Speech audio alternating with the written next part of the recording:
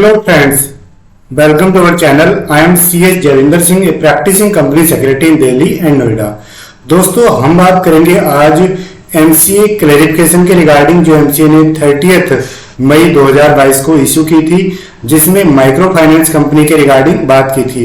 मैंने इस टॉपिक पर वीडियो नहीं बनाई थी, लेकिन मेरे पहली वाली वीडियो देख करके काफी लोगों की क्वेरी आई कि सर क्या अब माइक्रो फाइनेंस कंपनी हम नहीं रजिस्टर कर सकते हैं? क्या सर जो हमारी पुरानी माइक्रो फाइनेंस कंपनी रजिस्टर्ड है उनके रिगार्डिंग आप क्या कहना चाहेंगे? क्या हमें उनकी एक्टिविटीज रोक देनी चाहिए या फिर हमारे ऊपर कोई लीगल एक्शन लिया जा सकता है? क्या सर हमें अपनी एक्टिविटीज कंटिन्यू करते रहना चाहिए? और सर क्या हम अब नई कंपनी अपनी रजिस्टर करा सकते हैं? तो दोस्तों इन सारी क्वेरीज का हम आज इस वीडियो में आंसर करेंगे और इस नोटिफिकेशन के या इस क्लैरिफिकेशन को भी डिस्कस करेंगे कि इसके अकॉर्डिंग अब हमें आगे फ्यूचर में क्या करना है। तो दोस्तों ये MCA ministry of corporate affairs की एक क्लैरिफिकेशन थी, कोई सर्कुलर या ऑर्डर या नोटिफिकेशन नहीं है। ये क्या है दोस्तों, क्लैरिफिकेशन थी जो इशू की थी 30 मई 2022 को। आप अगर एमसीए के पोर्टल पर भी जाएंगे तो उसमें लिखा हुआ है क्लैरिफिकेशन, ये देख सकते हैं, micro finance micro credit as an object in the object clause of memorandum of association of section 8 companies registered under the companies act 2013 clarification. ठीक है, तो एक क्लैरिफिकेशन थी। और ये दोस्तों एमसी ने बोला है कि सभी DG COI all regional directors all ROC CRC manager सभी को ये फॉलो करना होगा। अब वो लोग फॉलो कैसे करेंगे, क्या केस चल रहा था, हम यही करेंगे। पहली बात तो ये है कि एमसी ने ये बोला है कि भाई ये नोटिस किया गया है प्रैक्टिस को फॉलो मतलब देखते हुए एमसी ने ये बोला है कि हमने ये नोटिस किया है कि काफी लोग अपनी कंपनी का ऑब्जेक्ट जो है माइक्रो फाइनेंस वाला रख रहे हैं, जबकि हमने सीआरसी को ऑलरेडी डायरेक्शन दे रखी है कि वो किसी भी कंपनी का ऑब्जेक्ट अप्रूव ना करें जिसमें माइक्रो फाइनेंस रिलेटेड एक्टिविटीज हैं या फिर माइक्रो क्रेडिट रिलेटेड एक्टिविटीज हैं या फिर उनका नाम माइक्रो फाइनेंस या माइक्रो क्रेडिट है, सेक्शन 8 के अंडर उन्हें रजिस्टर ना करें।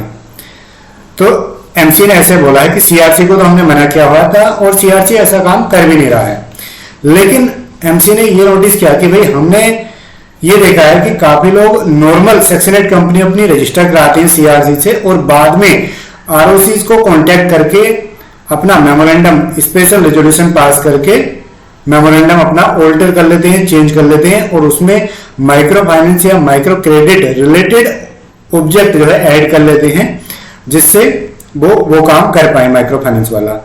तो एमसी ने ये भी बोला है कि even though at initial incorporation CRC is not allowing section 8 companies to get incorporated with the object of microfinance, तो in view of the direction ministry के जो डायरेक्शन पहले आए थे, ये कब आए थे दोस्तों, 10 फरवरी 2020 को आया था और एक आया था 31 अगस्त 2020 को। कॉपी ऑफ द लेटर इन्होंने अटैच भी किया हुआ है। तो मिनिस्ट्री के डायरेक्शन थे, ये इन्होंने डायरेक्शन दिए थे सभी आरओसीज को एंड सीआरसी को। ये इन्होंने पब्लिक में कोई भी इश्यू नहीं किया था एमसीए के पोर्टल की तरह, मतलब पब्लिक को ये कभी भी देखने को मिले नहीं थे। हाँ, एक दो क्लैरिफिकेशन आई थी। तो जो पहले वाले इनके हैं 10 फरवरी और 31 अगस्त को जो आया है 2020 में, उसको अगर हम देखें तो ये 10 फरवरी वाला है। इसमें इन्होंने कहा है कि सेक्शन 8 कंपनी को अब आप रजिस्टर ना करें, क्योंकि वो लोग जो है नेटवर्क फंड का जो क्राइटेरिया है आरबीआई डायरेक्शन के अकॉर्डिंग, जो आरबीआई की एमएफआई के रिगार्डिंग डायरेक्शन थी 2011 में, तो उसके 2 करोड़ का नेटवर्क फंड का क्राइटेरिया था।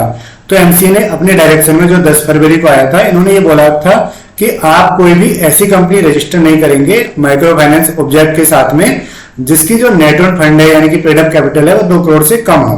अगर 2 करोड़ या उससे ज्यादा है तो आप कर सकते हैं अप्रूव उसको।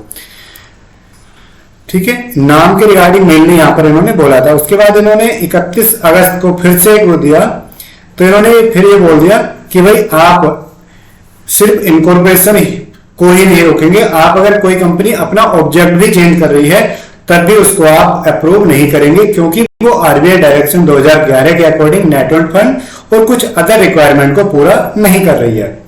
तो ये तो भाई एमसी ने अपनी बात बता दी है। अब हम आते हैं कि सर जो कंपनी रजिस्टर्ड हो रही है, चाहे वो माइक्रो फाइनेंस ऑब्जेक्ट के साथ हुई हो या फिर नाम में माइक्रो क्रेडिट या माइक्रो फाइनेंस वर्ड लगा हुआ हो, चाहे वो इनकॉर्पोरेशन के टाइम पर किया गया हो या फिर उन्होंने बाद में चेंज किया हो, लेकिन इसमें एक मेन बात यह है कि सर वो जो कंपनी रजिस्टर हुई है, चेंज हुआ है, वो सीए या फिर सीएस या एडवोकेट ने अपने घर में तो रजिस्टर नहीं किया, अपने घर में तो अप्रूव नहीं किए, वो आपके किसी ऑफिसर ने अप्रूव किए हैं। आपके किसी ऑफिसर का डिजिटली साइन होता है, वो चाहे वो सीआरसी से अप्रूव हुई है, तो आप उन ऑफिसर से पूछिए कि सर जब डायरेक्शन थी तो आपने ये अप्रूव क्यों किया है, और उन आरओसी से पूछिए कि जब डायरेक्शन थी तो आपने अप्रूव क्यों किया है, और जब अप्रूव उन्होंने कर ही दिया, ठीक है, तो आप किस बेस पर कह सकते हैं कि ये काम नहीं कर सकती है, क्योंकि आरबीआई ने तो इसके रिगार्डिंग कोई भी ऐसा रिस्ट्रिक्शन वगैरह नहीं दी है। आरबीआई ने तो एग्जाम किया हुआ है सेक्शन 45 एआई, एआईबी और एआईए, एआईसी, तो सब में एग्जाम किया हुआ है कि भाई जो company MFI micro finance institution register होते हैं सेक्शन 8 के अंडर कंपनीज एक्ट में या पहले वाले सेक्शन 25 ऑफ कंपनीज एक्ट 1956, उनको कोई भी आरबीआई से लाइसेंस लेने की रिक्वायरमेंट नहीं है। तो आप एमसीए से हमारा ये क्वेश्चन है कि सर आप किस बेस पे ये बोल रहे हैं कि कंपनी अब ना रजिस्टर हो या फिर जो रजिस्टर हो गई है आरओसी उनके ऊपर एक्शन ले सकता है। तो अभी तक दोस्तों इसके रिगार्डिंग कोई भी क्लैरिफिकेशन नहीं है कि एमसीएस को बंद करेगा या फिर नहीं करेगा, यानी कि एमसी ने बोल तो दिया है कि भाई सभी आरओसी को ऑर्डर दे दिया है कि जो आपने कंपनी रजिस्टर की है उनको चेक करो और उनका ऑब्जेक्ट चेंज कराओ, यानी कि उनको नॉर्मल एनजीओ बनाओ। अब बात ये आती है कि सर अभी हम क्या करें, अभी हम काम कर सकते हैं या फिर नहीं। तो दोस्तों जब तक आपके ऊपर कोई नोटिस आरओसी से या एमसीए से या किसी डिपार्टमेंट से नहीं आता है कि आपको ये एक्टिविटी अपनी बंद कर देनी चाहिए या फिर आपको अपना ऑब्जेक्ट चेंज कर देना चाहिए, तब तक आपको कुछ नहीं करना है, तब तक आपको अपना बिजनेस स्मूथली करते रहना है, क्योंकि आप एक अप्रूव्ड कंपनी हो, आपने अपने आप से बिजनेस नहीं कर रहे हैं, आप किसी ऑफिसर के द्वारा यानी कि मिनिस्ट्री के द्वारा ही अप्रूव्ड कंपनी है, ठीक है, आपके पास सेक्शन 8 का लाइसेंस है, तो आप अपना बिजनेस विदाउट एनी फियर, बिना किसी डर के कर सकते हैं। ठीक है दोस्तों, अब बात आती है कि सर जब नोटिस आ जाएगा तब क्या करेंगे। अगर देखो आपके पास नोटिस आता है तो आपके अकेले के पास नोटिस नहीं आएगा, वो पूरी कम्युनिटी के पास नोटिस आएगा कि भाई आप अपनी कंपनी को बंद करो। ऐसे पब्लिक में नोटिस आने से कुछ नहीं फर्क पड़ा, आपके पास स्पेसिफिक नोटिस आना चाहिए आपकी कंपनी के नाम पे, डायरेक्टर्स के नाम पर, तभी आपको कुछ एक्शन लेना पड़ेगा। जब आपके पास नोटिस आ जाएगा उस केस में दोस्तों आपके पास आपने जितना लोन लोगों को दे रखा है तो वो लोन पहले रिटर्न लेना है, उसके बाद आप अपना ऑब्जेक्ट चेंज करा सकते हैं। ठीक है, और वैसे तो देखो कोई दिक्कत मिनिस्ट्री को भी इससे होनी नहीं चाहिए, निधि कंपनी को मिनिस्ट्री को रिस्ट्रिक्शन लगानी चाहिए, क्योंकि निधि कंपनी लोगों से डिपॉजिट लेती है, लोगों का पैसा वहां पर रिस्क में लगता है, क्योंकि कई बार निधि कंपनी पैसा रिटर्न ही नहीं करती है। लेकिन निधि हम माइक्रो फाइनेंस कंपनी में तो पैसा लेते ही नहीं, डिपॉजिट लेते नहीं है, तो पब्लिक का तो इसमें मेजर वो हुआ ही नहीं है। हम तो अपना पैसा लोन का देते हैं यार, अपने पैसे देने में क्या दिक्कत है, हम तो अपना पैसा रिस्क में लगा रहे हैं ना। तो ऐसा मिनिस्ट्री को क्या लगता है। अब जो वकीलगिरी वाले मोहित सर हैं और भी कई मेरे नॉन में सीएस हैं, हम लोगों ने एक दोस्तों पेटिशन डालने के रिगार्डिंग प्लान कर रहे हैं कि हाईकोर्ट में पेटिशन डाले जाए, कुछ इसका डिसीजन लिया जाए, निकाला जाए कि भाई क्या फाइनल होना चाहिए। आरबीआई और एमसीए दोनों अलग अलग क्यों चल रहे हैं, दोनों का एक मोटिव क्यों नहीं है। तो दोस्तों अब बात आती है कि सर क्या अभी नई माइक्रो फाइनेंस कंपनी रजिस्टर हो सकती है। दोस्तों इस डायरेक्शन के अकॉर्डिंग सभी आरओसी और सीआरसी के ऑफिसर को, जहां नई कंपनी बनती है या फिर जहां चेंज होते हैं ऑब्जेक्ट, उनको ये डायरेक्शन दी गई है कि अभी आप कोई भी नहीं तो ऑब्जेक्ट चेंज के अप्रूव करोगे जिसमें माइक्रो फाइनेंस या माइक्रो क्रेडिट रिलेटेड ऑब्जेक्ट है, नहीं आप कोई ऐसी नई कंपनी बनाओगे। लेकिन अगर कोई ऑफिसर अपने रिस्क पर बना देता है, मतलब कुछ आप जान रहे हो है ना, कुछ ले दे करके अगर काम हो रहा है आपका, तो आप वो काम करा सकते हैं या नहीं। फ्यूचर में देखो क्या होगा ये किसी को नहीं पता, हो सकता है 1 साल बाद बंद हो जाए, हो सकता है 2 साल बाद बंद हो जाए, हो सकता है अप्रूव हो जाए, कंटिन्यू चलते रहे। तो आपको कराना चाहिए या फिर नहीं, ये तो आप डिसाइड करें। लेकिन हाँ, अगर आपका हो रहा है तो आप उसके बेस पे काम कर सकते हैं, क्योंकि उसको अप्रूव कौन कर रहा है, आरओसी अप्रूव कर रहा है, सीआरसी अप्रूव कर रहा है, तो आप उसके बेस पे काम तो 100% कर सकते हैं। काम करने में दोस्तों कोई प्रॉब्लम नहीं है। लेकिन हाँ, अगर डायरेक्ट कोई नोटिस वगैरह आएगा तब आपको चेंज करना पड़ेगा। और जिसके थ्रू भी आप रजिस्टर करा रहे हैं उसको आप, जब आपके पास नोटिस आएगा तो आप ये नहीं बोल सकते कि सर आपने रजिस्टर की थी, अब नोटिस आ गया, हमारे तो पैसे लग गए। तो भाई ये कोई भी गारंटी नहीं लेता कि फ्यूचर में क्या होगा। अभी अगर रजिस्टर होती है तो अभी आप काम कर सकते हैं, उसकी गारंटी कोई भी लेता है और हम भी लेते हैं। ठीक है, तो यही है कि अगर आपकी रजिस्टर अभी कराते हैं और रजिस्टर हो जाती है, अप्रूव हो जाती है, तो आप उसके बेस पे काम कर सकते हैं। अगर कोई नोटिस वगैरह आएगा फ्यूचर में तो आपको, वही मैंने जो अभी पहले से कंपनी रजिस्टर्ड है उनके पास नोटिस आता है, तो नोटिस आने के बाद जब तक आपका पूरा लोन रिकवर नहीं हो जाता तब तक आप कर सकते हैं। मतलब नया लोन उस नोटिस के बाद से नहीं देंगे, लेकिन पहला वाला लोन आप रिकवर करके उस कंपनी का ऑब्जेक्ट अपना चेंज कर सकते हैं। ठीक है दोस्तों, अगर आपकी कोई क्वेरी है, कोई क्वेश्चन है, तो आप मुझे डिस्क्रिप्शन में दिए गए ईमेल या व्हाट्सएप पर व्हाट्सएप कर सकते हैं, या फिर आप मुझे कमेंट कर सकते हैं। कमेंट का रिप्लाई जो भी रेलिवेंट होती है हम जरूर रिप्लाई करते हैं। और दोस्तों यहाँ पर एक क्वेश्चन और आता है कि सर 85 एक्टिविटी कोड में माइक्रो फाइनेंस का काम कर सकते हैं या फिर 65 में कर सकते हैं।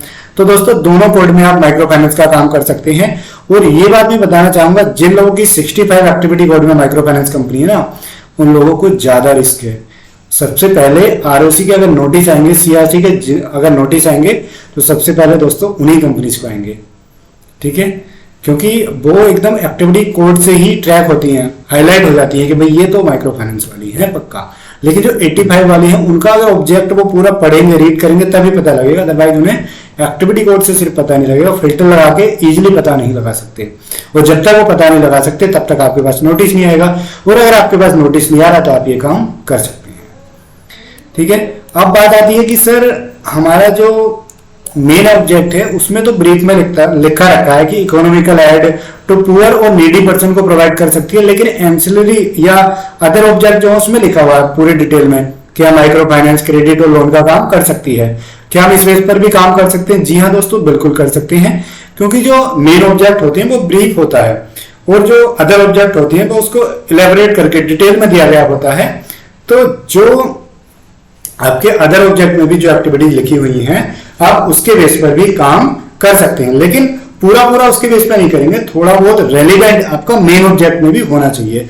अगर आपका इकोनॉमिकल एड टू पुअर और नीडी पर्सन या फिर एड टू पुअर और नीडी पर्सन आपका अदर ऑब्जेक्ट में है, मतलब मेन ऑब्जेक्ट में है, तो अदर ऑब्जेक्ट में अगर आपका माइक्रो फाइनेंस या क्रेडिट और लोन है तब भी आप ये काम कर सकते हैं। तो दोस्तों अगर कोई क्वेरी है तो आप कमेंट करके मुझे जरूर बताएं, और आई होप आपके काफी सारे डाउट्स इस वीडियो में क्लियर हो गए होंगे।